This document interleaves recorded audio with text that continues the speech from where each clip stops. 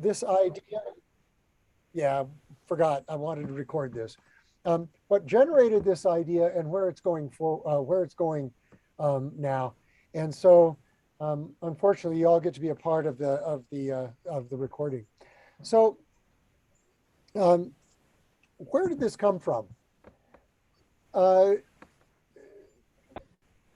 it started in a variety of different places. I learned of a program a while back called Holy Hikes, um, which were advertised or mentioned as sort of congregational walks with a Eucharist at the turnaround point. And when I first came to Good Shepherd, I looked it up, and there was some really interesting stuff about it, except that Holy Hikes was trademarked and kind of like theology on tap. If you're not a Roman Catholic parish, you can't use theology on tap because that's a Roman Catholic trademark. So, Episcopalians and other people have rebranded their own versions of talking theology in a brew pub in some other way. But Holy Hikes was trademarked, and you had to buy into it, and there were all sorts of things that you had to do. And then I learned that Christ Church Castle Rock was doing something similar. I think they call it Holy Trails or something like that. But anyway, it was just this idea of going out and hiking with a Eucharist at some point, kind of as far as it went. But then Kip, Travis, forwarded a notice to me, and this was just about 3 or 4 months ago, of the publication of a book called, I'll see if I can get this in the camera to work right. No, anyway, The Best Front Range Bird Hikes.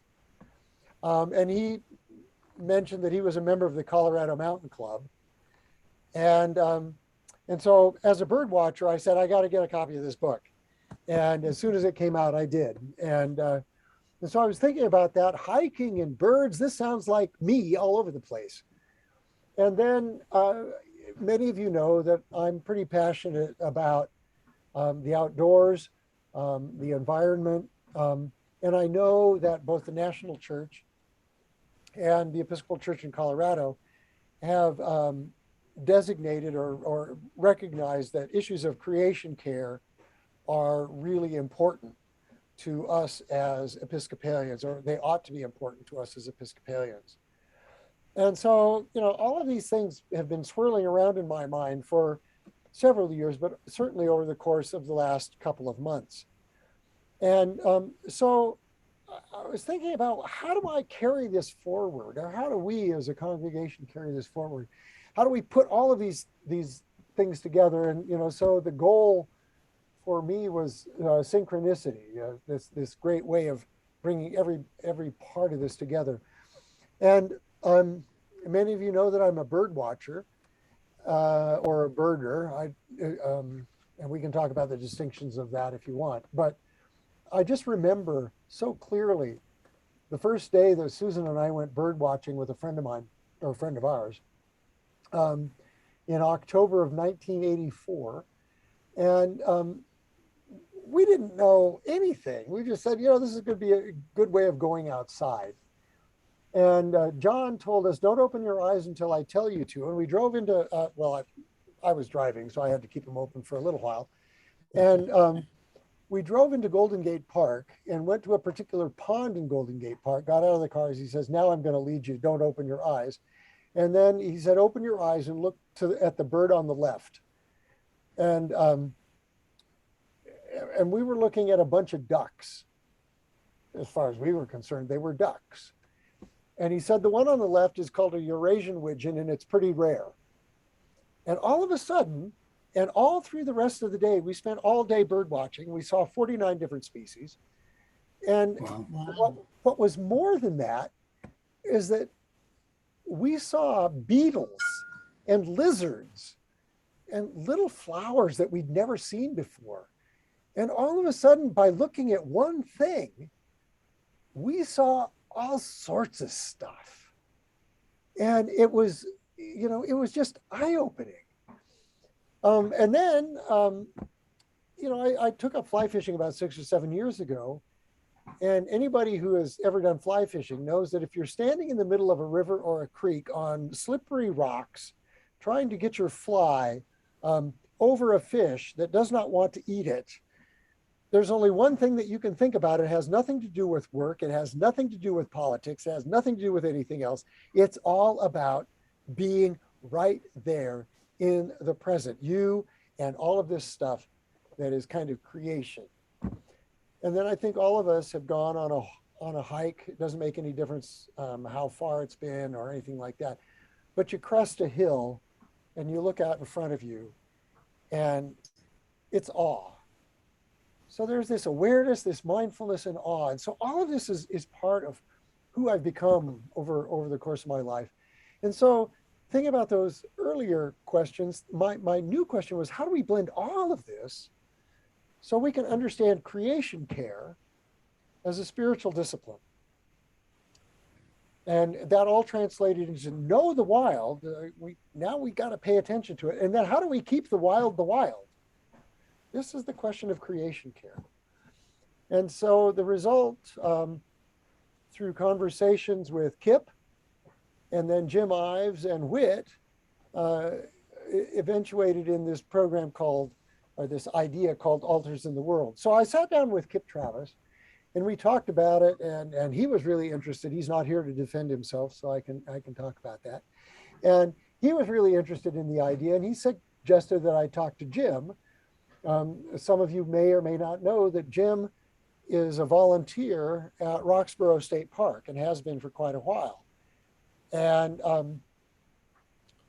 leads walks on the geology and geography and all of that stuff at Roxborough State Park. So after talking with Kip, I sat down with Jim and sort of explained kind of what I was thinking to him, and he said, I'm in.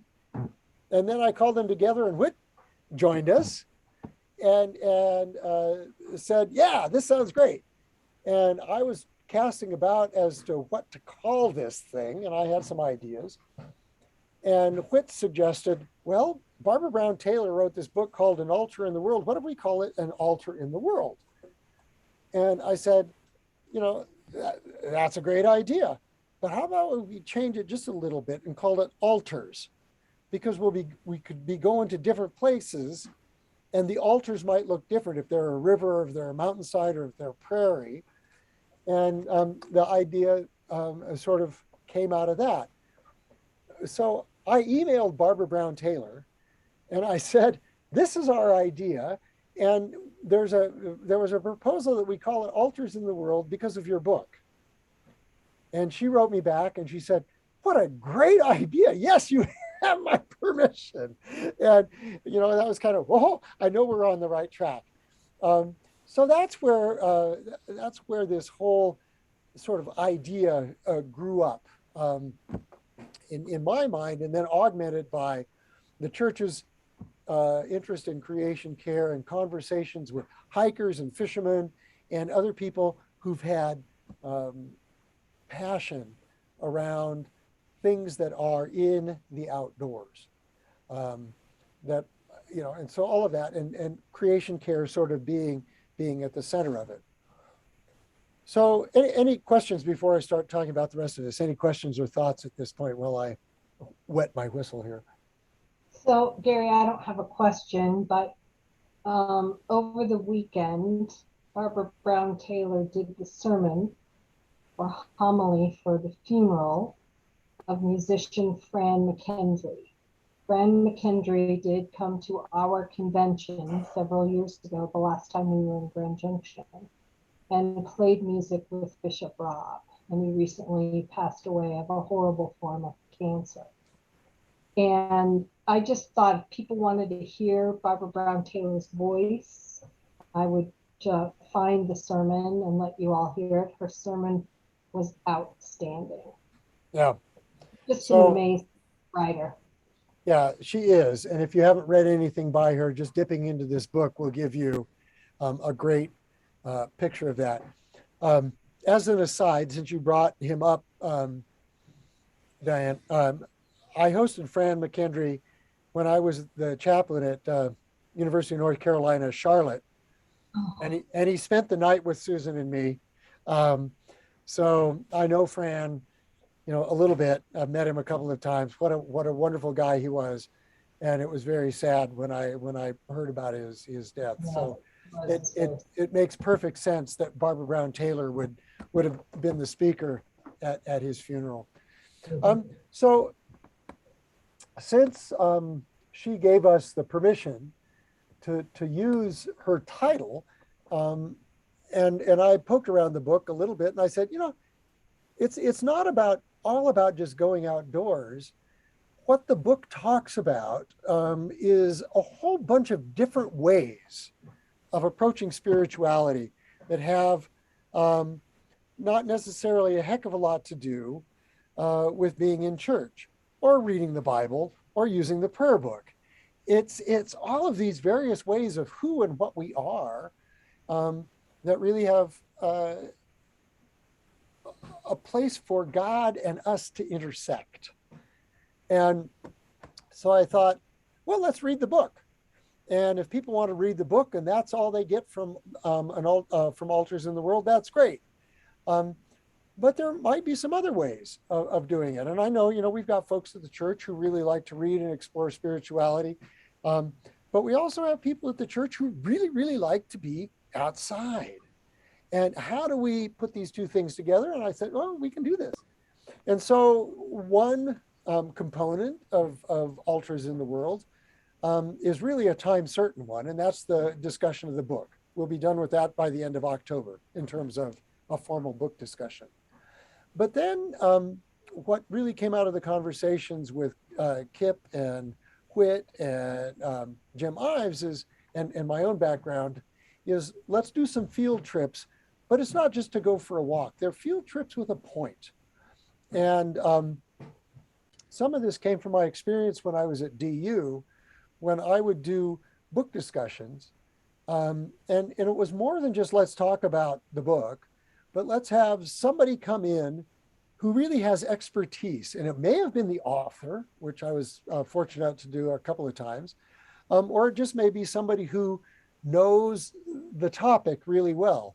I did a Dan Brown book discussion um, after I forget which book it was called, but it was the one that he set in Washington, D.C., and it all had to do with the Masons and Masonic symbolism and stuff like that.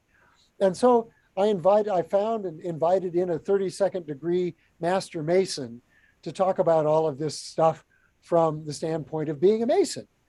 And so, can we have these field trips with somebody who knows something about either the place or what it might be that we're doing and bring in that what I'm calling expert commentary? Clearly, all of them would be Colorado destinations and primarily Front Range destinations where we could get to. So we'd see a little bit of Colorado, and we would have some people who could talk about it um, from a point of expertise. And I'll get to that a little bit more in a second.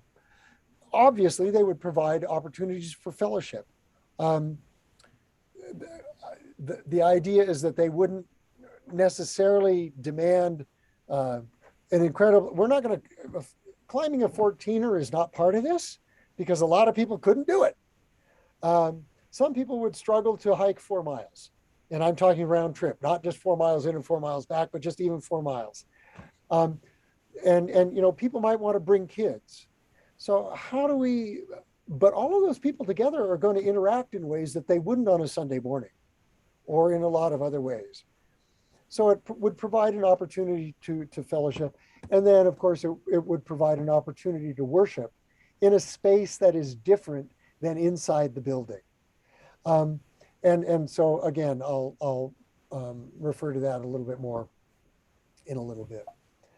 So when we talk about then the book, and again, tonight is really an introduction to the whole 6 or 7 weeks. In terms of the book, we'll generally read a couple of chapters prior to each Sunday's discussion. This coming week being an exception because in reading the introduction.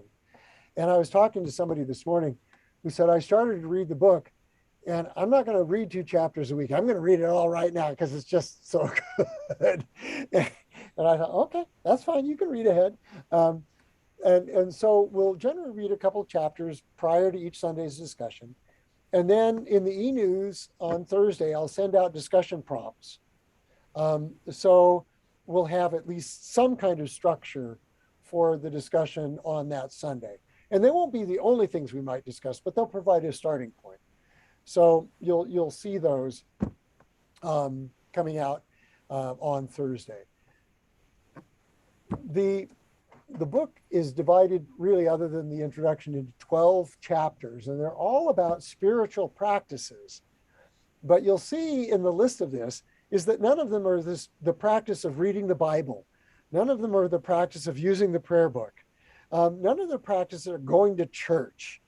These are ways of being who we are as human beings in this great thing that's called the world, and how do we approach God in all of these different ways. So the practice of waking up to God is about vision. What do we see? The practice of paying attention is about reverence. Once you start noticing, and this is what I learned that first day I went out bird watching, is when I start paying attention to birds, then I see butterflies. And I don't have the same attitude towards bumblebees that I would have the other way. You start paying attention, and all of a sudden, wow, this is just all so cool. And we've got to make sure that this hangs around. The practice of wearing skin has to do with incarnation, so central to us as Christians. Walking the earth has to do with being grounded. And what does that look like? What does that feel like? Getting lost is wilderness, another great concept for Christians and for Jews. Encountering others is all about community. The practice of living with purpose is, how do we find God in our vocation? Not everybody is called to something that is religious like me. Some people are called to all sorts of other things, whether it's social worker, or whether it's teacher, or whether it's plumber. How do we see God in what it is that we do as a vocation? How do we say no and say yes to Sabbath? The practice of saying no to work, to busyness, to all of those things. The practice of carrying water. How do we find God in physical labor? The practice of feeling pain. Where is the altar in breakthrough from pain into sort of healing or into new life? How do we find God in prayer? Certainly, she does not discount that. And then the practice of pronouncing blessings or benediction. For many of us, especially Christians in general, and Episcopalians certainly, benedictions and blessings are something that clergy do, or that we do over food. But how do we bless someone else? How do we receive a blessing? And so all of these are what Taylor describes as altars, various altars in the world. And so in terms of the book discussion, we'll be looking at those. But then we'll augment that with other ways of getting in touch with God, or as I put it here, pathways to the holy. I've already mentioned sort of simple observation. Birding is awareness, or fishing is mindfulness, or hiking is awe. Vietnamese Buddhist teacher Thich Nhat Hanh was famous for all sorts of reasons, but talked about a practice of walking meditation. How do you meditate? Just by putting your feet on the ground, one in front of the other. That could be a practice of going out and walking or hiking. In the last 40 or 50 years, a practice called Shinrin-yoku, or forest bathing, sort of has emerged in Japan and has become popular around the world, where you go into a forest, whether it's old growth redwoods or quaking aspen or birch or something, and just be in this forest. and listen to the wind and smell and just be bathed in what is there. Um, and all of those point to this last bullet point called spirituality and neuroscience, is that there has been a huge, I don't want to say industry, but a recognition among health professionals, and they can be physical health professionals and or mental health professionals, to say that some of these things, forest bathing, for example, have these amazing health benefits. So how does spirituality and how we practice our spirituality, how does that intersect with our physical, mental, neurological health? And all of that, to me, is this thing that I've called altars in the world. Um, so we'll talk about all of that. That's that this Pathways to the Holy is sort of a segue from just the book into opportunities to encounter creation. And this is what I call field trips, but those field trips with a point.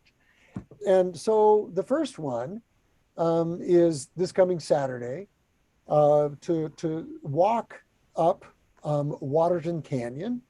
Waterton Canyon, if you've never been there, is down by Roxborough State Park and Chatfield State Park. There's an old railway line that runs up Waterton Canyon that was part of the Denver South Platte Railway in the late 19th century. And so the path is about as wide as a road, and it's really, really level. But it goes along the side of the South Platte River.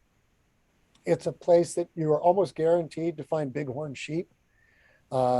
You can run across all sorts of things, but it's an amazing geological place. It's a great place for fly fishing. It's a great place for bird watching, all of these kinds of things. And so on Saturday at 8, we'll meet at in the parking lot, probably near the restrooms, because that's an easy location to find. And then we'll walk up Waterton Canyon. Jim Ives, because of his association with Roxborough State Parks, knows this area really well. And he will join us and sort of provide that expert commentary every so often as we go up. He's already said he'll talk about riparian habitat. He'll talk about geology. He'll talk about Denver water and how the water issues for providing water for this huge metropolitan area, what impact that has on this canyon and other places in the reservoirs. He told me today he did a microinvertebrate study of all of the little bugs that live in the river, and he can talk about all the little bugs in the river.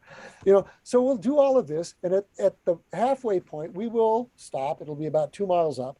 We'll stop, and we'll celebrate the Eucharist, and we'll find a place that we can have an altar in the wild and celebrate Eucharist together, and then walk back down. There will be some silence. There will be just some observation and some listening. So that's what we're going to do this coming Saturday. More information will come out in the e-news.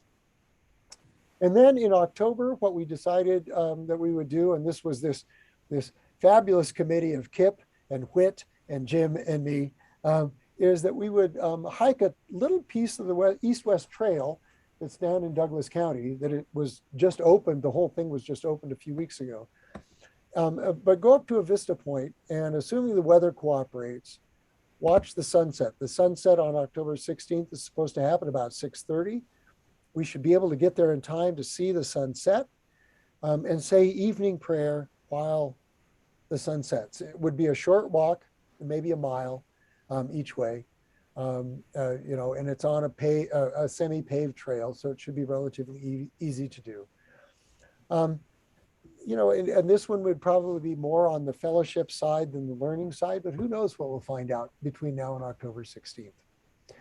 So those are the two major components of this whole program. And as you've already sort of experienced, in case you can't be there on a Sunday morning,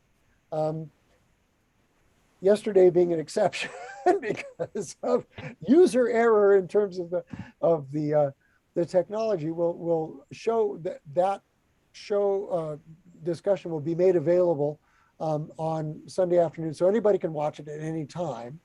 And then on Monday evenings, as like tonight, I'll be available to engage in discussion with anybody who wasn't able to be there for whatever reason on Sunday morning. So that questions that you may have generated in reading the book that didn't get answered on a Sunday morning can at least be aired and talked about. So there's not a case of first class, second class citizens. It's just different ways of being able to engage that book and talk about it. And I recognize both the difficulties for a lot of people to be in the class on Sunday morning, whether it's health, travel, or being in the choir, all those kinds of things. We don't want to limit this to only those people who are free at 9:15 on Sunday morning. So that's kind of how we'll deal with a lot of these bits and pieces of stuff. And then the last thing that is in my larger vision is, although somewhat hampered by the fact that Dee Dee has gone and maintains our website, is I would like to have a really robust web page that points to websites that deal with these kinds of issues of creation care and all of that. Pointers to podcasts. I have listened to so many podcasts about forest bathing, about steelhead decline in the Columbia River, about the search for the mother tree and how forests interrelate with one another below ground. What are these podcasts? What are articles that people read and say, everybody else should be able to have access to this? Or videos that you've seen. I would love to be able to have a curated page that would just say, here's where you can go if you want more information about all of this. So my vision is grand. I understand that. Yesterday, one of the people in the class said, man, this sounds like a full-time position. And I thought, okay, it could be worse. It could be worse, but you know, we can do these things. Again, it's about curation, not creation. So before we get to questions, for next week, your assignment for reading, and I will make available. If you're able to get into the church, there is a sheet that has sort of the whole outline of everything. If not, let me know and I can send you a copy of this by email of what the whole next 6 or 7 weeks looks like so far. So next week, read the introduction in chapters 1 and 2, and that will form the material out of which we'll have our discussion next Sunday and next Monday. So with that, what questions, comments, ideas, suggestions? These were just thrown up to sort of be teasers about places we might go, things we might do. A real Colorado kind of question is, what do you do in the winter when it's 20 degrees and a long hike is not part of that, but other things might be. So anyway, that's kind of all I said yesterday, and I'm happy to entertain questions, suggestions, ideas at this point. So I have a couple questions. Yeah. One, what time is Faith Forum on Sundays? 9:15. Okay, no. And if I'm able to get the technology right, which I didn't do last Sunday, it should be Zoomable on Sunday mornings as well. And the links for that, both the 9:15 Sunday Zoom, as well as the link for tonight, should go out in the e-news this week. The question of whether or not it should be Zoomable, Whit raised, and raised it after the e-news had gone out. And so I didn't want to come up with a new Zoom link because I didn't think it was going to get out. So I was trying to use the same computer, same Zoom, running that from the sanctuary for the 745 service into the chapel and get everything set up. And that's where I forgot to turn off mute. So I've set it up so that it's a different Zoom link for the class than it is for the 745 worship. And those will both come out in the e-news. So that answer that question for you, Diane? Yeah, Okay. that's great. Thank you. Because earlier you said 7:45, so I got confused. Okay. So I can't walk 4 miles. I have a new condition that doesn't allow me to walk. Tonight I did 2 miles for the first time ever. Okay. So I couldn't do 4 miles Okay. unless somebody could wheel me out. You have to do the readings. Yeah. But other people who can't do 4 miles. Yeah, I understand. And so that's why we've tried to think of a number of different opportunities. They won't all be on Saturday mornings.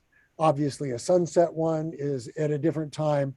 But when we were talking about this, recognizing that Jim Ives was there and knew this geography of Waterton Canyon, it made a heck of a lot of sense to say, let's do this as the first one.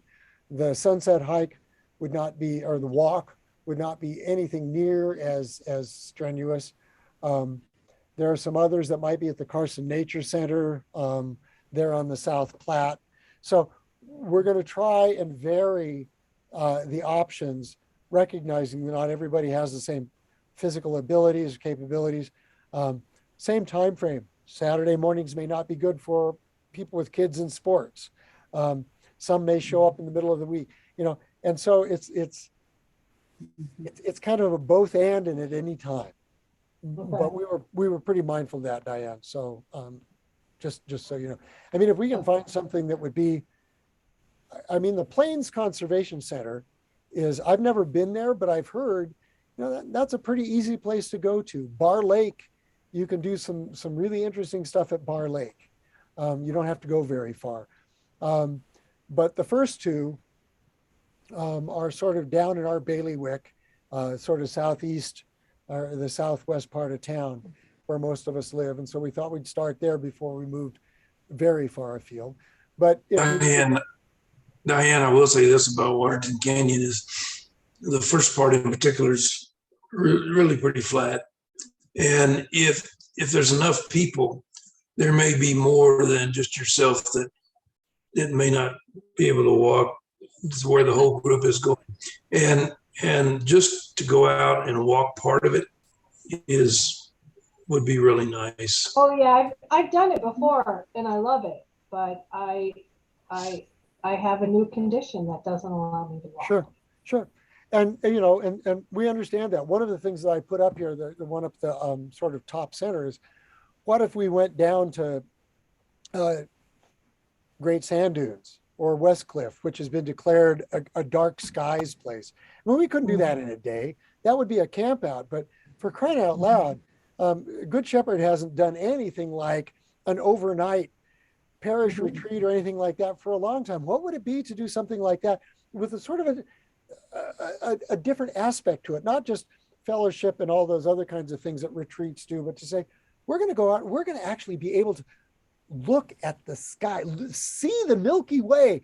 Mark Kelly's eyes just went ballistic when we started talking about that. If you know Mark Kelly, he was so excited about the idea about stars, so all of these things, they're possible. And God has given all of this stuff to us. And so we can make it all available. And of course, my concern as somebody who's passionate about the environment and, is we have to take care of this. God has asked us to take care of this. And the more we know about the warmth, the warming of waters and what that does to fish populations, or what's going on in the atmosphere and what that does to birds or trees, the more we know about that, the better we can take care of it and use all of the things that we have at our hands to do that.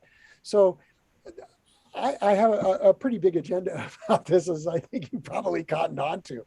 But if all that anybody gets out of this is, gosh, I got to know 2 or 3 new people that I would have never known, then it's a success. And anything beyond that, it's gravy. And so what can we do to make it work as well as we can? And the excitement in the room on Sunday morning, yesterday morning, was pretty palpable. And you know, people who said, "Can I have a copy of the book? Can I have a copy of the book?" You know, I've run out of books. So whether it's a question of spiritual questing, or it's a question of I want to go out and hike, and talk with it. This is all, yeah, this is all God's work, and that's all great. And so let's Yeah, Gary, since I couldn't find my copy that I bought several years ago and read, um, I downloaded it from Barnes and Noble. So that might be an alternative to some people. They're very inexpensive to do it that way.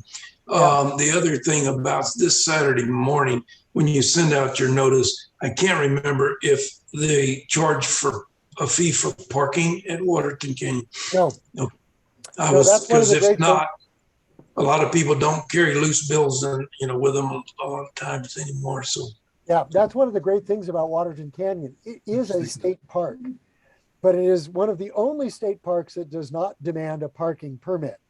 The parking lot that's there on the east side of Waterton Road um, allows access to the South Platte, all sorts of things. People go hiking and running and all of that.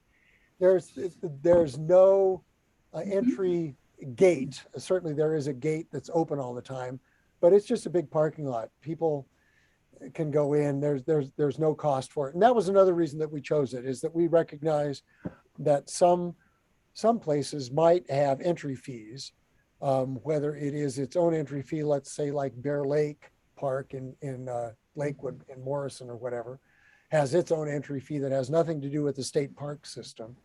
And then there are the state parks, and then of course there are national parks. But how do we make these? And even if we go into a state park or someplace else, is there a place that we can meet and carpool in with those people who have those passes, so that we can get in, so that we don't make it cost prohibitive for anyone? That just doesn't make sense at all. But I thank you for raising that. But I was going to make that point in the email that went out, that this is not, you don't need to pay an entry fee in this case. That's for sure. So don't have to bring money, just a water bottle. Yeah, and we'll put all that in the stuff that comes out on Thursday. Mostly it's water bottles and comfortable shoes. The weather report for Saturday is that it should get into the low 90s, but if we get up and down back in like 3 or 4 hours, it'll only be in the low 80s by the time we're back. And for most Coloradans, that's kind of like, well, whatever. We've kind of gotten used to that. But yeah, it's water, comfortable shoes, appropriate clothing, and sunscreen. All of those kinds of things that if you go outside in Colorado, most of us know about. But thanks. Yeah, great ideas, great suggestions. The thing I like about what you described this evening is it's kind of unlimited as to what types of activities that we can explore. So that'll be that's very intriguing. Mm-hmm. Somebody last night, not last night, yesterday morning, said, well, maybe during the winter, maybe the thing is not to do a field trip, but to have somebody come in and talk to us about sort of how the native peoples understood their relationship to the natural world. And I said, great idea. I can't do it, but I can probably find some folks who can. And yesterday afternoon, I was talking with somebody who'd been coming to church for the last 3 or 4 weeks, who's native. And I mentioned this to him. He said, well, I can help with that. So some of this, like involving Jim or Kip or you, Quit, or anybody else, I mean, how do we take advantage of the wealth of stuff that is present in our congregation that a lot of us don't even know about, in terms of professional work in water management or something like that, or anything like this, and we don't know about it. And here's, if we think about one of the things in her Taylor's book about vocation, what's that altar is, how do we translate those altars that many of us have in education or any of this other kind of stuff, to say this is an altar. And that could be yet a way of doing an outing that doesn't mean going outside when the weather's inclement. And of course, it could be done via Zoom. I mean, look at the opportunities and the options that we have that are there, some of which were there before COVID and some which we've learned about given the restrictions of COVID. So, another topic might be just recycling and repurposing. And I saw a story on PBS several weeks ago because we're big recyclers. We fill up a 90-gallon bin every 2 weeks. And one thing on that program was kind of a shock to me, that it's estimated that only 10% of what we put in our recycle bins in the United States on average actually gets recycled. Yeah. And I'm going, what? We send them all this stuff, and we rinse it and we make sure there's no grease on the pizza boxes and all this stuff you're supposed to do. And yet 90% of it doesn't get recycled. Yeah, we did. Marianne can chime in on this too, because she was there. I mean, we did, this was an advocacy program that we did in June, was on probably maybe that same video and talked about all of that stuff. What struck me from that video that I think, most of us don't know is that and there was a sidebar article in the Denver Post yesterday that just because the circle of arrows is stamped or printed on something doesn't mean that you can recycle it. Right. It doesn't mean that it was made from recycled materials, but that doesn't mean it can be recycled. And what the sidebar in the paper yesterday said, some companies are just printing it on there because they think it's going to help them sell. And California, as a state, is trying to pass a bill that says you cannot put that on a product unless there are recycled materials in there, or it can be recycled. So you have to be able to prove one or the other before you can put that marker on there. It's kind of that I always thought that too. And you got to read the fine print, because when you get paper products, you look real hard. It says, "Oh, the core of the paper towels can be recycled, but the plastic wrapper can't," even though they've got all these, arrows going on with the triangle and all. The other thing is, the other thing I learned from that was just because they put that on there and the number doesn't mean it can be recycled. The number tells what it's made from. Right. And so I'm going, oh, well, that's kind of crazy. Just creates more work for us. It's helpful, but it doesn't mean that they're going to recycle it. Right. Exactly. Any other comments or suggestions of maybe places to go or things to do? I like the idea of revisiting recycling, because we can revisit that over and over and over again.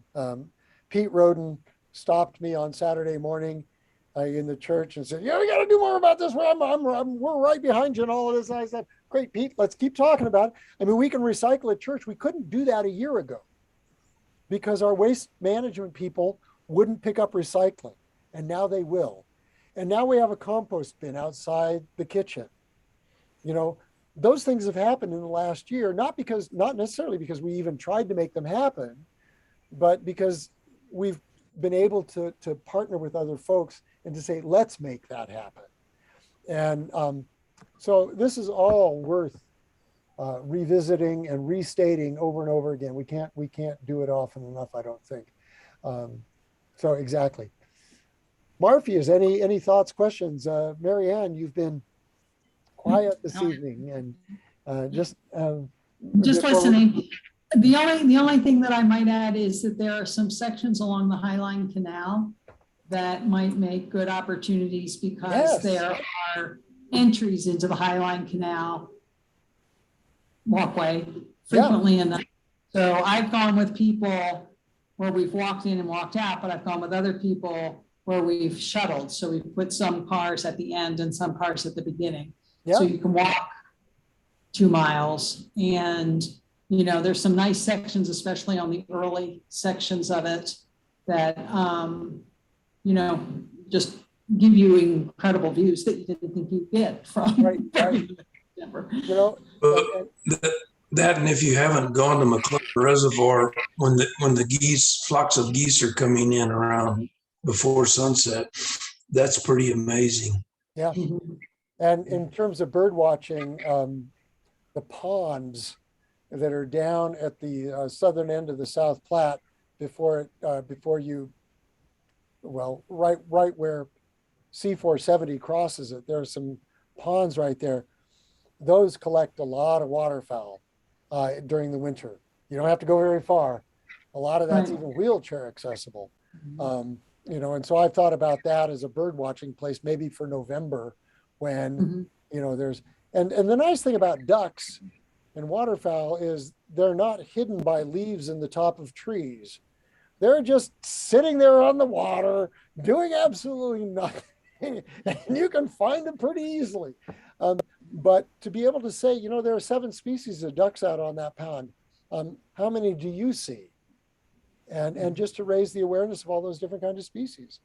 And how many of them are migrating from south to north and north to south? How many of them are resident? That's all education and all awareness of the complexity of our ecosystem and what we've got around there outside of us.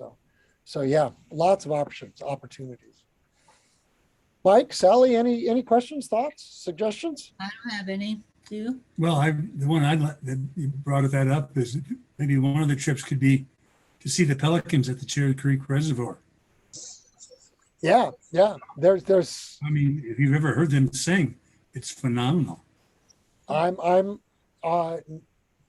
live a mile, well, 3/10 of a mile from Cherry Creek State Park. I am in that park almost every day, walking my dog, but looking at birds. And I go down to the reservoir at least once a week. So, that's my world. And yeah, it's amazing. Well, if you know when they come in, it'd be worth it because I've heard them, but I've never seen them. What's been so fascinating? Thing.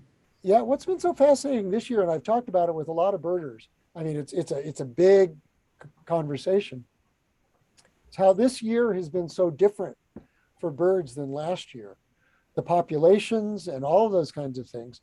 And there are several places in the park along the reservoir where the cattails have grown so high you can't even see the reservoir.